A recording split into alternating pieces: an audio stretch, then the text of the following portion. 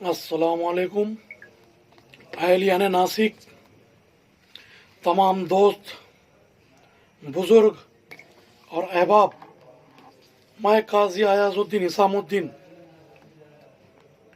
आपसे ईदगाह में जो बस टर्मिनल बनने जा रहा है उस सिलसिले में आपसे फिर एक बार मुखातिब हो रहा हूँ। दोस्तों, नौजवान साथियों,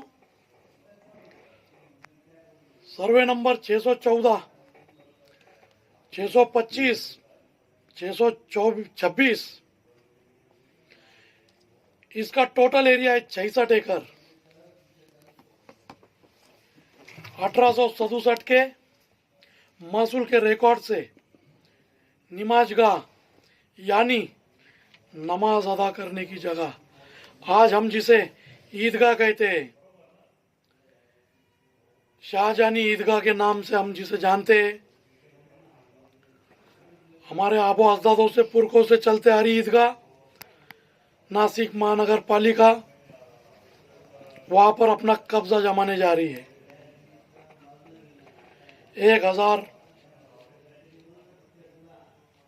1628 चौरस मीटर जगह में अपना काम करने के लिए जा रही है।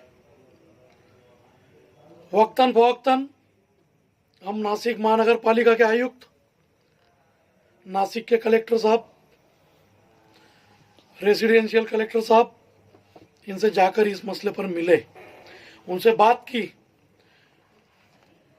महानगर पालिका के जो आयुक्त थे कैलाश जाधव साहब, उन्होंने हमें कहा कि ऐसा कुछ भी नहीं है, ईदगाह की जगह में हम ऐसा कोई भी काम करने के लिए नहीं जा रहे हैं, बस एक एंड से बस घुसेंगी और दूसरे गेट से बाहर निकलेंगी।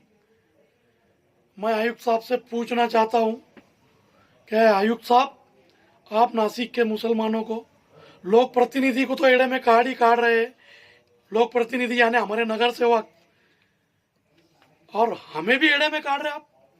हमें कहते हैं कि एक गेट से गाड़ी अंदर घुसेंगी, दूसरे गेट से बाहर निकलेंगी। हाँ, और उस नासिक महानगर पालिका परिवहन महामंडल के प्राइवेट कंपनी के जो सीईओ है घुगे साहब, वो कहते हैं तसं काही नाही साहेब, ते गंजमाळ जसं होतं ना, गाडी इकडून घुसायची तिकडून निघायची, तसंच आहे. अरे ते असंच आहे का तसंच आहे, पण ते आमच्या जागेत कशाला? ईदगाह ही वकफची जागा आहे, महानगरपालिकेची मालमत्ता नाही ती. कलेक्टर साहेबांचं नाव लागलं ईदगाहवर, ते आमच्या आहे ना समाजातले आहे ना, जे जुने लोक होते ना, त्यांच्या आहे ना अट्टाहासापोटी जे वकफचे चोर लोक होते त्यांच्या याच्यानी ना ते नाव तिथं लागले गेले आणि कलेक्टर मालक झाले, अप्पर जिल्हा अधिकारी. नासिक के मुसलमानों, है नौजवानों, अब मैं तुमसे पुरजोर अपील कर रहा हूं, ईदगाह ट्रस्ट के जो ट्रस्टियान थे वो कल आए और उन्होंने 8,540 चौरस मीटर की मांग रखे, जबकि हमारी ईदगाह की जगह है टोटल 66 एकड़। 1867 के महसूल रिकॉर्ड के हिसाब से।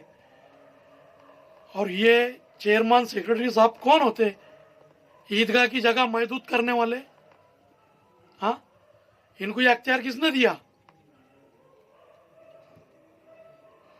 क्यों ये तो नासिक के मुसलमानों को धोखे में रख रहे, मिसगाइड कर रहे? नासिक के मुसलमानों, देखो नासिक की कितनी जगह है और वो 67 एकड़ का है। देखो ये मेरे पीठ के पीछे ये जो दिख रहा है ये ईदगाह है, ये ईदगाह है। 614, 625 और 626। अब इसकी बॉर्डर यहां से शुरू हो रही है, ये नासिक की ईदगाह की, ये देखो, ये यहां से ये इसकी बॉर्डर शुरू हुई, ये चल रहा, ये चल रहा, ये इधर, ये रोड, फिर ये इधर, ये यहां पर आके हमारी हाथ ईदगाह की खत्म हुई। ये सब, ये पूरा, ये जो ये 66 एकड़ का एरिया है। हाँ, अरे नासिक के मुसलमानों को कब तक एड़े में काटेंगे?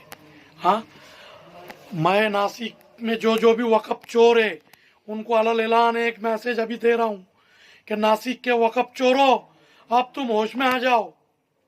नासिक का मुसलमान आज से 20 साल पहले, 25 साल पहले मुफलिसी में दिन गुजारता था, मुफलिसी में जीता था, एक वक्त कमाता था, 2 वक्त खाता था। अब शहंशाह नासिक के सदके तुफैल वही नासिक का मुसलमान एक टाइम कमाता है और 4 दिन खाता है। ऐसी है तो आज नासिक के मुसलमानों की कंडीशन है। अब वक़्फ़ का माल बेचने वालों, तुम्हारी खैर नहीं। वक़्फ़ चोरों, अब तुम होश में आ जाओ, नहीं तो तुमको इस नासिक शहर में तुम्हारे क्या हाल होंगे आने वाला दौर तुमको बताएगा, या अयाज काजी नहीं बताएगा। ये तुमको है तो वक़्फ़ बचाओ जो कमेटी है वो नहीं बताएंगी। तुमको शहर की आवाम तुम्हारे से हर सवाल का जवाब पूछेंगी, हर सवाल का जवाब पूछेंगी और पूछते रहेंगी। अब भी होश में आ जाओ। नासिक के नौजवानों, मैं तुमसे फिर एक बार मोहब्बताना गुजारिश करता हूँ, अपील करता हूँ कि शहर नासिक में अब एक तूफान उठाना होगा नासिक महानगर पालिका के खिलाफ, अपर जिला अधिकारी के खिलाफ। एक ईदगाह ही नहीं, जितनी भी वक़्फ़ की जमीन है इन वक़्फ़ चोरों ने चुरा के खाई है। इनके कपड़े फाड़ने का वक्त आ गया है। जितने भी घोटाले शहर के आधारों में हो रहे, उन आधारों पे के घोटालों को अब जनता के सामने लाना जरूरी हो गया है। वक़्फ़ फाउंडेशन से जुड़िए। मैं आपसे अपील करता हूँ, मोहब्बताना अपील करता हूँ, गुजारिशाना अपील करता हूँ। शहंशाह नासिक के सदके में जब तुम बोलते हो कि हम शहंशाह नासिक की नगरी में रहते, तो ये शहंशाह नासिक की नगरी में रहने वाला काजी सैयद अयाजुद्दीन हिसामुद्दीन हसनी हुसैनी रजवी सैयदजादा आपसे अपील कर रहा है कि आप जो भी बात होंगी हक्कानियत की बात होंगी। आज से पहले भी अयाज काजी ने कभी है तो चोर उचक्कों के फेवर में बात नहीं की, हक्कानियत की बात की है और हक्कानियत की बात करेंगे, हक्कानियत पे ही मरेंगे। हमारे आबा अजदादों ने जो रास्ता बताया वही रास्ते पे मरेंगे, चाहे ये सर इस तन से जुदा क्यों ना हो जाए। खुदा हाफिज।